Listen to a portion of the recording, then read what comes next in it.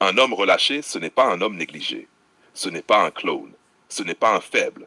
C'est un homme qui n'est plus en tension pour plaire. Un homme relâché, c'est quoi exactement? C'est un homme qui ne surveille plus chacune de ses phrases, ne cherche plus l'approbation, n'essaie pas d'être le bon gars, ne joue plus un rôle social. Il parle depuis l'intérieur, pas depuis la peur. Pourquoi il choque parfois? Parce qu'il dit ce qu'il pense, ce que les autres taisent, ce que beaucoup ressentent mais n'assument pas.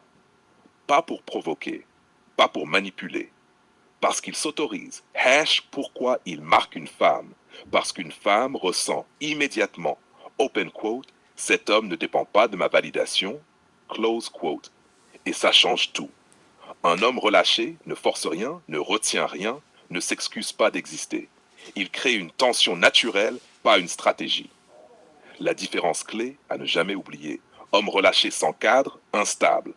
Homme relâché avec colonne vertébrale magnétique. Ce n'est pas ce qu'il dit qui compte. C'est le calme avec lequel il l'assume. Vérité finale. Un homme relâché ne cherche pas à être aimé. Il est déjà en paix avec lui-même.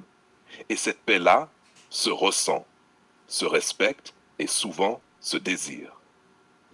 Acte 2. Pourquoi il sort des dingueries et pourquoi ça marque? Pourquoi dans les interactions homme-femme, un homme qui relâche sort des dingueries?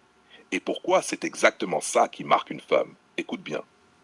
Quand un homme relâche, quand il enlève le masque, quand il n'essaie plus de bien faire, quand il n'essaie plus d'être validé, il devient dangereux. Et c'est précisément pour ça qu'il devient attirant. 1. Le filtre, c'est la prison invisible des hommes. La majorité des hommes vivent filtrés.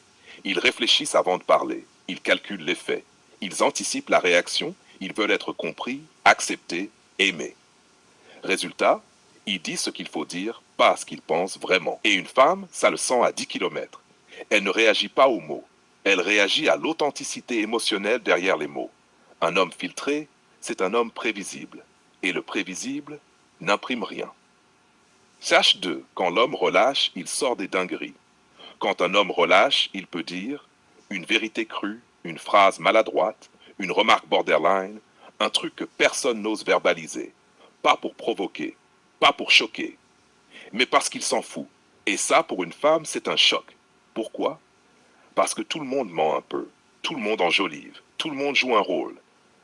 Et là, d'un coup, il y a un homme qui parle sans demander l'autorisation. 3. Ce n'est pas la dinguerie qui marque, c'est le courage qu'elle révèle. Important. Ce n'est pas la phrase en elle-même qui marque la femme, c'est ce que la phrase prouve. Elle prouve que l'homme n'a pas peur de perdre, n'a pas peur d'être jugé, n'a pas besoin d'approbation, est à l'aise avec le conflit, est aligné avec ce qu'il pense. Et ça, c'est extrêmement rare. La femme se dit, consciemment ou non, open quote, s'il parle comme ça, c'est qu'il est solide à l'intérieur, close quote.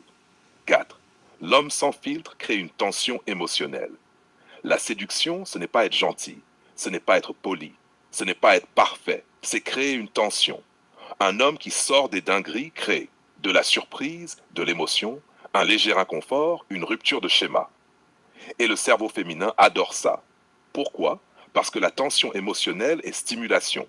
Et sans stimulation, il n'y a ni désir, ni souvenir, ni empreinte. 5. Pourquoi dire ce que d'autres n'osent pas est si puissant? Parce que tu verbalises ce que tout le monde pense en silence.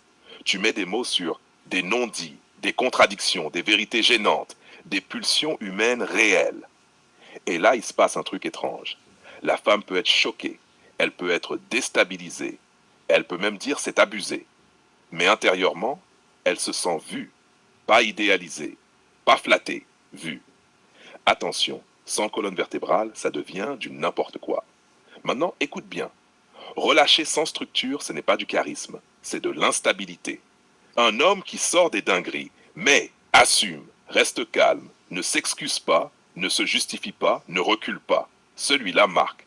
Mais un homme qui balance des dingueries, puis se rattrape, s'excuse, explique, cherche à être rassuré, celui-là se discrédite. La clé, ce n'est pas ce que tu dis, c'est ta posture après l'avoir dit. 7. Pourquoi ça déclenche quelque chose de profond chez la femme? Parce que cet homme réactive un truc archaïque. Il rappelle l'homme imprévisible, l'homme libre, l'homme qui ne demande pas la permission, l'homme qui n'est pas domestiqué socialement. Et biologiquement, ça réveille l'attention. Même si la femme ne l'assume pas, même si elle lutte contre, même si elle dit je ne devrais pas aimer ça, le corps, lui, a déjà compris. La vérité que personne ne dit. Une femme préfère un homme imparfait mais vrai plutôt qu'un homme lisse mais faux. Les dingueries sont souvent des tests inconscients. Elle observe. Est-ce qu'il tient? Est-ce qu'il assume? Est-ce qu'il reste stable? Est-ce qu'il est cohérent? Et si la réponse est oui, elle n'oublie jamais cet homme. H9. Conclusion brutale. Un homme qui relâche ne séduit pas tout le monde. Et c'est normal. Il repousse les femmes qui veulent du confort émotionnel. Mais il marque profondément celles qui reconnaissent la vérité. Parce qu'au fond, la liberté intérieure est plus sexy que la perfection. Et un homme sans filtre quand il est structuré, aligné, stable, ce n'est pas un clone, c'est une présence.